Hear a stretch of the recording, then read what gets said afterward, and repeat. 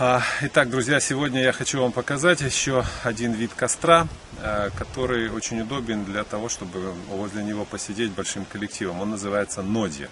Для него нужно 3 бревна, 3 ствола. В зависимости от того, какая у вас группа, нужно такую длину бревен выбирать. Если у вас небольшая группа, то небольшую. Если большой коллектив должен сидеть возле костра, значит нужно выбрать просто 3 ствола. И сейчас я вот из одного из стволов попытаюсь сделать 3 небольших куска и на них показать, как этот костер делается. Итак, вот у нас я еще нашел одно такое бревно.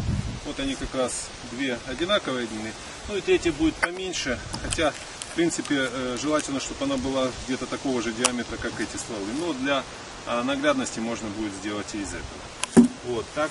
Что делается? Берутся эти стволы, укладываются на костер. В одном месте, где будет костер, рядом друг с другом.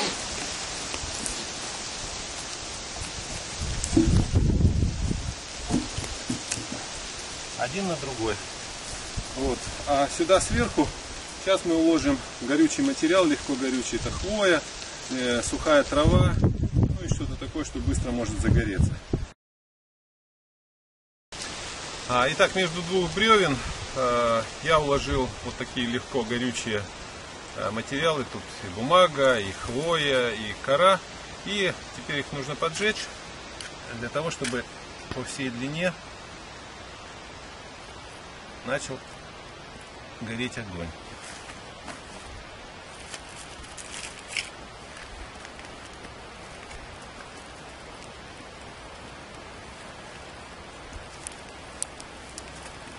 Когда это все хорошо загорится, тогда мы сверху положим 3-е бревно.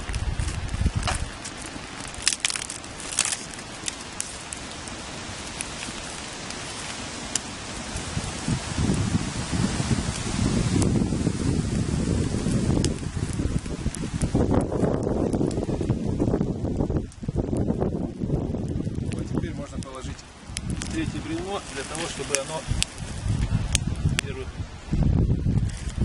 еще рано.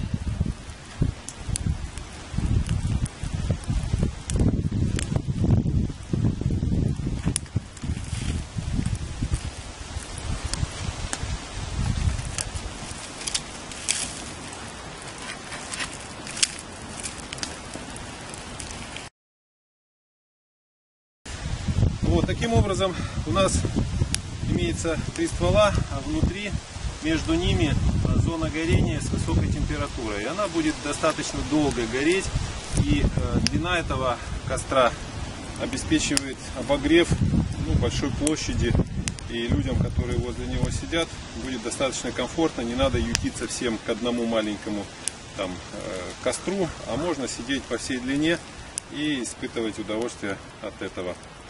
В принципе, вот так устраивается костер ноди для привалов.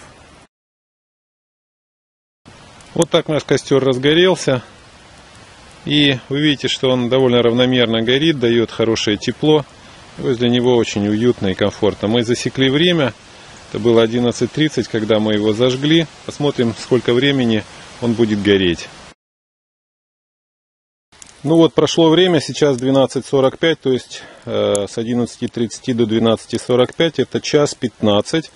Горит этот костер. Ну, видно, что он уже, верхнее бревно, оно практически все сгорело, а боковые уже тоже достаточно сильно прогоревшие. Вот то, которое разломалось, ближайшее сюда, его можно просто сдвинуть, одну часть положить сверху, а другую рядышком.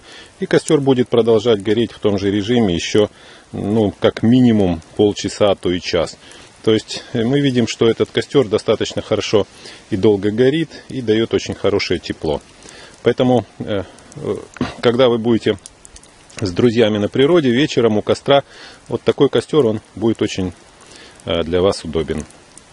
На этом наш эксперимент с костром, который называется Нодья, закончился.